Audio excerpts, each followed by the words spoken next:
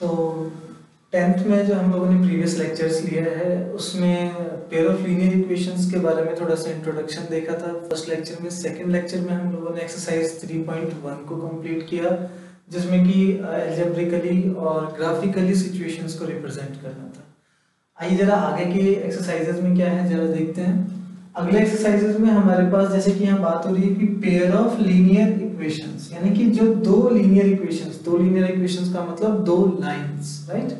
दो लाइंस अगर आपस के रिलेशंस क्या क्या होंगे, तो सबसे पहले हम इसकी बात कर लेते हैं कि देखिए अगर दो लाइन है तो पहले बताया हुआ है कि या तो दोनों पैरेलल होंगे,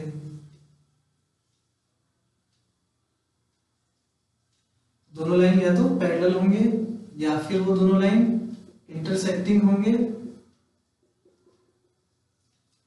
या फिर दोनों लाइन कैसे होंगे तो कोइंसिडेंटल लाइंस होंगे। कोइंसिडेंटल मतलब एक ही लाइन के ऊपर दूसरी लाइन होंगे, ठीक है ना।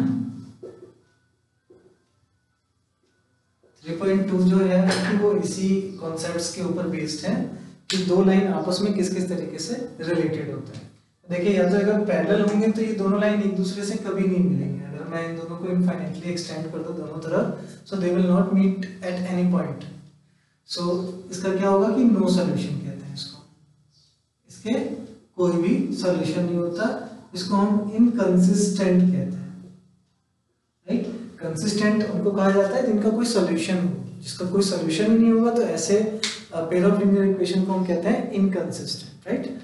नेक्स्ट कि अगर इंटरसेक्शन है तो यहाँ पे देखिए यदि एक पॉइंट पर इंटरसेक्शन है तो जितने पॉइंट पर इंटरसेक्शन होता है उतने ही उसके नंबर ऑफ सॉल्यूशन होते हैं। तो इसका एक पॉइंट पर इंटरसेक्शन है तो इसको बोलेंगे वन सॉल्यूशन, राइट। ये आपका वन सॉल्यूशन हो गया। और one point of intersection, one point intersection, इसका क्या था, नो पॉइंट इंटरसेक्शन। और इसका कितना है तो इसका देखिए कि इनफाइनाइट पॉइंट्स या many points intersection, many points intersection. ये दोनों लाइन एक दूसरे को इनफाइनाइट मैनी टाइम्स एक दूसरे को इंटरसेक्ट करते हैं। तो ये इसका जब एक पॉइंट पर इंटरसेक्शन हुआ तो वन सॉल्यूशन, क्योंकि एक सॉल्यूशन है तो उसको कहेंगे हम कंसिस्टेंट। यहाँ पर कोइंसिडेंटल है, एक के ऊपर दूसरी लाइन है, इनफाइनाइट मैनी टाइम्स एक दूसरे को मिल रहे हैं, तो इसके इनफाइनाइट मैनी सॉल्यूशन ही होंगे, इनफाइनाइट मैनी सॉल्यूशन। बात समझ पा रहे हैं। कोई भी दो लाइन एक दूसरे को कितनी बार इंटरसेक्ट करती है वही उसका सॉल्यूशन निर्धारित करता है। जितनी बार भी इंटरसेक्शन होगा उतने ही उसके सॉल्यूशन हो जाएंगे, ठीक है। तो इसके इनफाइनाइट मैनी सॉल्यूशन हो जाएंगे। और क्योंकि इसके सॉल्यूशन है, देखिए चाहे सॉल्यूशन एक हो या इनफाइनाइट हो, लेकिन है तो इसको हम बोलते हैं कंसिस्टेंट, ठीक है। तो ये जो कंडीशन है कंसिस्टेंट की हो गई।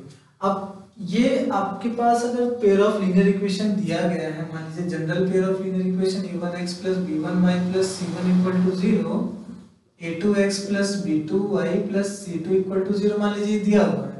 और तो इस general pair of linear equation को देखकर आप कैसे डिसाइड करोगे कि या कुछ कैलकुलेशंस वगैरह करके कैसे डिसाइड करेंगे कि कंसिस्टेंट है या इनकंसिस्टेंट है या वन सॉल्यूशन है, नो सॉल्यूशन है, इन तीनों में से किस कैटेगरी के ये दोनों pair of linear equation show करते हैं, ठीक है ना। तो उसके लिए कंडीशन बनाई गई है कि इसका पैरेलल का कंडीशन ये होता है कि अगर आपका a1/a2 इक्वल आ रहा है b1/b2 के बट नॉट इक्वल हुआ c1/c2 के, तो हम कहेंगे इस तरीके की सिचुएशन में कि जो आपके इक्वेशंस हैं, पेयर ऑफ लीनियर इक्वेशंस हैं, वो कैसे लाइंस को रिप्रेजेंट कर रहे हैं, तो पेयर ऑफ पैरेलल लाइंस को रिप्रेजेंट करते हैं, ठीक है ना। और यदि आपका वन पॉइंट इंटरसेक्शन है तो इसके लिए आपको अलजेब्रिकली ऐसे चेक करना है a1/a2 नॉट इक्वल टू यदि b1/b2 आ गया तो समझ लीजिए कि वो आपके पास जो लाइन, जो पेयर ऑफ लीनियर इक्वेशन दिया हुआ है उनसे जब आप ग्राफिकली लाइन बनाओगे तो वो दोनों लाइन एक दूसरे को एक पॉइंट पर इंटरसेक्ट करेगा, ठीक है बच्चों। काफी इजीली आप देखिए, यहाँ पर आपको ग्राफ बनाने की जरूरत नहीं है, आप अलजेब्रिकली ही चेक कर लोगे। अगर आपको इक्वेशंस गिवन है आपके पास तो आप अलजेब्रिकली सिंपली ये कंडीशन चेक करिए और बता दीजिए कि इसके one point solution one solution है और ये इंटरसेक्टिंग लाइन बनाएंगे और कंसिस्टेंट है। आखिर में अगर मैनी सोल्यूशन होगा तो उसके लिए जो कंडीशन है आपके पास a1/a2 b1/b2 और ये इक्वल हो जाता है c1/c2 के। यदि ये कंडीशन आपको नजर आ रही है अलजेब्रिकली तो ये काफी होता है समझाने के लिए कि आपके पास जो दो लाइंस हैं, जो दो पेयर ऑफ लीनियर इक्वेशन दी हुई है जिसके लिए उसके इनफाइनाइट मैनी सॉल्यूशंस होंगे। ठीक है, चलिए जरा इनके एग्जांपल्स भी ले लेते हैं। सपोज कर लीजिए कि आपके पास है 3x 4y + 7 = 0, दूसरा है 6x 8y + 5 = 0। जरा देखिए तो यहां पर जो आपके पास दोनों पेयर ऑफ लीनियर इक्वेशन दिए हुए हैं, so we have a1 = 3, b1 = 4, c1 = 7। सबको कंपेयर कर लेंगे जब आप इन दोनों पेयर ऑफ लीनियर इक्वेशन से, तो क्या मिलेगा? abc a1 b1 c1 मिल जाएगा। a2 = 6, b2 = 8, c2 = 5। ठीक है, a2 b2 c2 भी आ गया आपके पास। जरा यहाँ पर चेक करिए तो देखिए a1/a2 क्या मिल रहा है? 3/6 है तो ये आएगा 1/2। b1/b2 4/8 है तो यानी कि 1/2 अगेन। c1/c2 7/5 है। ठीक है, अब जरा इन कंडीशंस को जब आप देखोगे ध्यान से तो आपको कौन सी कंडीशन नजर आ रही है? तो यहाँ पर कंडीशन मुझे नजर आ रही है कि जो a1/a2 है वो देखिए कि इक्वल है b1/b2 के, बट ये c1/c2 के इक्वल नहीं है, not equal to c1/c2, which represents that the given pair of linear equation will having no point intersection, no solution, inconsistent, right? चलिए नेक्स्ट वाले का एग्जांपल देख लेते हैं बच्चों। तो अगले का एग्जांपल देखिए, अगर मैं वन पॉइंट का इंटरसेक्शन का एग्जांपल ले लूं तो देखिए इसके लिए एग्जांपल लेता हूं मैं। सपोज दैट 3x + 5y + 7 = 0, कोई भी रैंडमली लीजिए जो कंडीशन को फुलफिल करा दे। 5x + 3y + 6 = 0। अब देखिए जैसे ही आप a1 b1 c1 निकालोगे, a2 b2 और c2 निकालोगे, देखो a1 3 आ गया, b1 5 हुआ, c1 आपका 7 हुआ। a2 कितना है? 5, b2 कितना है? 3 और c2 कितना है? 6। तो जब आप देखोगे कि a1/a2 जो है वो b1/b2 के इक्वल नहीं है, ठीक है, नॉट इक्वल टू b1/b2, इसका क्या मतलब हुआ? इसका वन सॉल्यूशन होगा।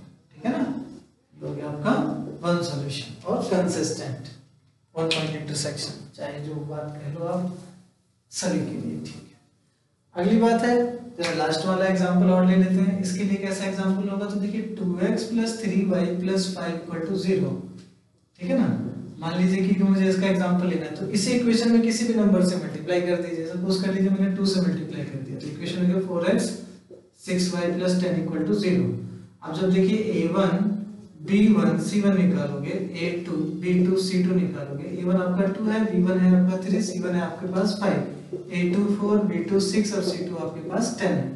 तो a1/a2 जब आप निकालोगे तो देखिए 2/4 आएगा 1/2, b1/b2 जब आप निकालोगे तो 3/6 आएगा 1/2 अगेन, और c1/c2 जो आप निकालेंगे तो देखिए 5/10 यानी कि 1/2।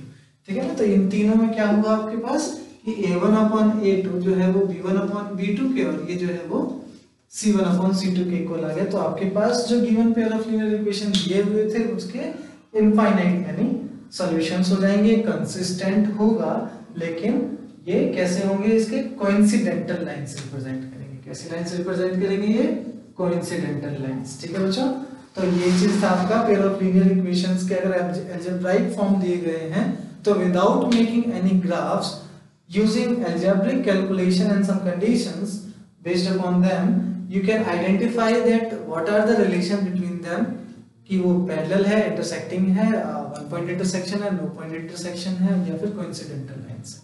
ठीक है, इसी सब रिजल्ट्स के बेस पर आपका जो एक्सरसाइज है वो 3.2 स्टार्ट किया गया है। चलिए तो उस एक्सरसाइज को हम लोग अगले वाले लेक्चर में देखेंगे। ठीक है, तब तक के लिए इनको कंप्लीट कर लीजिए।